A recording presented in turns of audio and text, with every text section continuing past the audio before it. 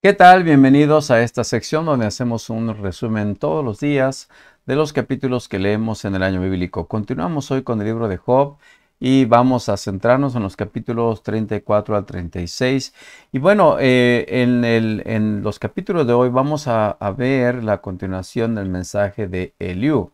Ya los tres amigos de Job que habían tomado una buena parte, digamos, de su tiempo para explicar los motivos por los cuales Job se encontraba allí sufriendo, pues digamos, habían terminado. Job había hecho un discurso final muy extenso, había repasado su momento anterior de bendición, había reconocido su inocencia, también había hablado sobre su situación presente, sobre las llagas, sobre todo el dolor que estaba sufriendo. Y al parecer, pues había quedado un espacio en silencio, un momento de tranquilidad, donde de pronto estaban los amigos un poco, digamos, sin argumentos más, sin nada más que decir. Y es ahí donde habla Eliú. Y bueno, ya escuchamos a Eliú en el día de ayer. Hoy continuamos en el capítulo 34 con el discurso de Eliú. Eliú, pues obviamente pretende tener una idea diferente. Sin embargo, al final termina cayendo en la misma posición, el mismo argumento de que Job había hecho algo que de alguna manera había traído como consecuencia este dolor, el sufrimiento que él tenía. En este capítulo 34 empieza diciendo Eliú, le dice a los amigos que estaban ahí y a Job: escúchenme ustedes, hombres sabios, presten atención, ustedes que tienen conocimiento. Se refiere desde luego a ellos como las personas de más experiencia y que se suponía pues que podían tener una mejor explicación de lo que está pasando Job. Y bueno, les dice lo siguiente: Job dijo, el oído pone a prueba las palabras que oye, igual que la boca distingue los sabores. Así que juzguemos por nosotros mismos lo que es correcto, aprendamos juntos lo que es bueno. Y ahora pues vendría una serie de explicaciones sobre lo que ya había escuchado y sobre lo que él creía pues que había causado todo esto en Job. Dice Eliú, pues Job también dijo, yo soy inocente, pero Dios ha quitado mis derechos. Y entonces empieza con su primer argumento que encontramos en el versículo 10. Dice, escúchenme ustedes, ustedes que tienen entendimiento, todo el mundo sabe que Dios no peca. El Todopoderoso no puede hacer nada malo. Y ahora yo creo que esta frase resume su argumento. Él paga a las personas según lo que hayan hecho. Las trata como se merecen. Con este argumento ya estamos entendiendo por dónde va la explicación de Eliú. Y bueno, lo refuerza la siguiente frase: a él no le importa la grandeza que pueda tener una persona y no presta más atención al rico que al pobre. Él creó a todos, como diciendo, bueno, quizás tú eres una persona muy rica, que tenías muchos sirvientes, mucho ganado, pero eso pues no tiene valor ante Dios. Y luego, como haciendo referencia a lo que Job había dicho sobre su inocencia, dice el versículo número 31, más bien, voy a adelantarme a 31, dice, ¿por qué la gente no le dice a Dios, he pecado, pero no volveré a pecar? O bien, no sé qué mal hice, dime si he actuado mal, me detendré de inmediato. Y vuelve al punto, ¿no? Diciendo, bueno, pues de alguna forma estás sufriendo las consecuencias de tu pecado.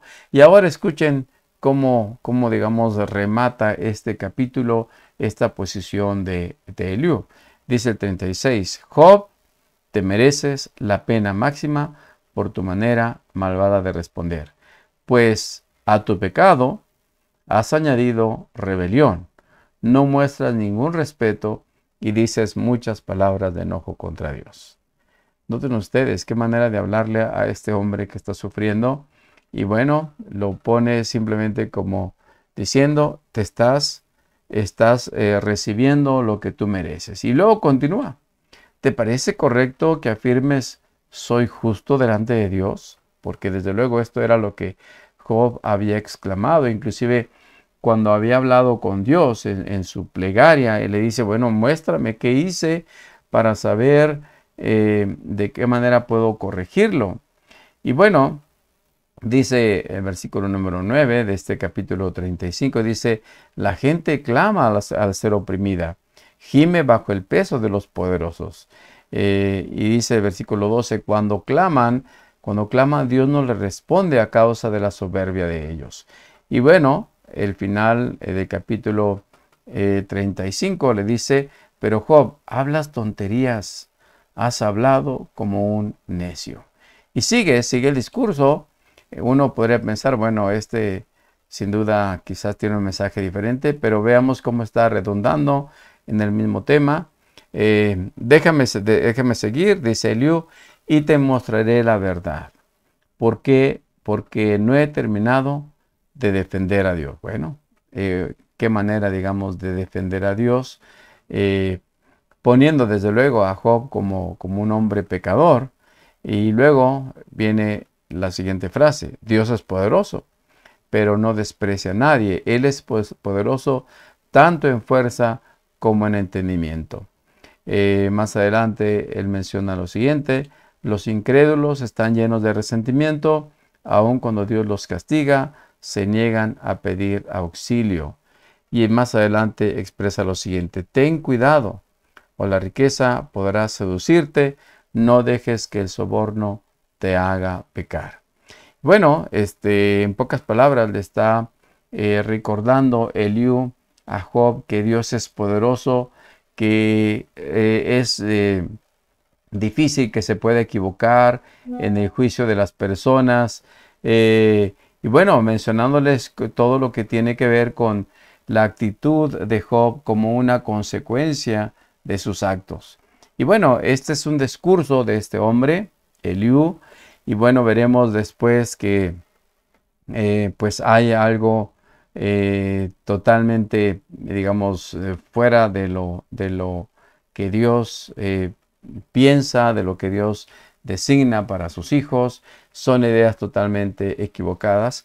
Y lo vamos a encontrar, lo vamos a descubrir más adelante cuando veamos la forma en que Dios intercede. De hecho, ya en la lectura del día de mañana veremos el momento en que Dios, quien sin duda también estaba escuchando, estaba atento a lo que decían estos amigos. Escucharemos el momento cuando Dios empieza a hablar, empieza a presentar su posición y al final Job tiene que intervenir por sus amigos, aquellos mismos que lo habían señalado como pecador, pues Job tiene que interceder. Así que espero que podamos captar, entender el sentido de este libro de Job. Recuerden que mencionamos que había 3 lecciones importantes que podemos sacar del libro de Job. Número 1, Dios no provoca el mal. Dios no puede producir algún daño o algún mal para sus hijos. Número 2, el mal lo provoca Satanás. Él es el que causa el daño, el que causa el mal, el dolor, pero siempre está controlado por Dios. Satanás no puede hacer algo que Dios no le permita. Y número 3, si Dios le permite a Satanás que toque a sus hijos y que pase por algún problema, por algún sufrimiento, es porque tiene una gran bendición y porque quiere que sus hijos salgan limpios, salgan puros del dolor y sobre todo que puedan tener una mayor bendición. Ojalá que podamos tener eso en mente en este día y que si estás pasando por algún dolor, por la pérdida de un ser querido o estás pasando pues, quizás por alguna situación que te ha traído mucho conflicto y dolor a tu corazón, recuerdes estos principios que podemos aprender en la vida de Job. Que Dios te bendiga, que tengas un excelente día.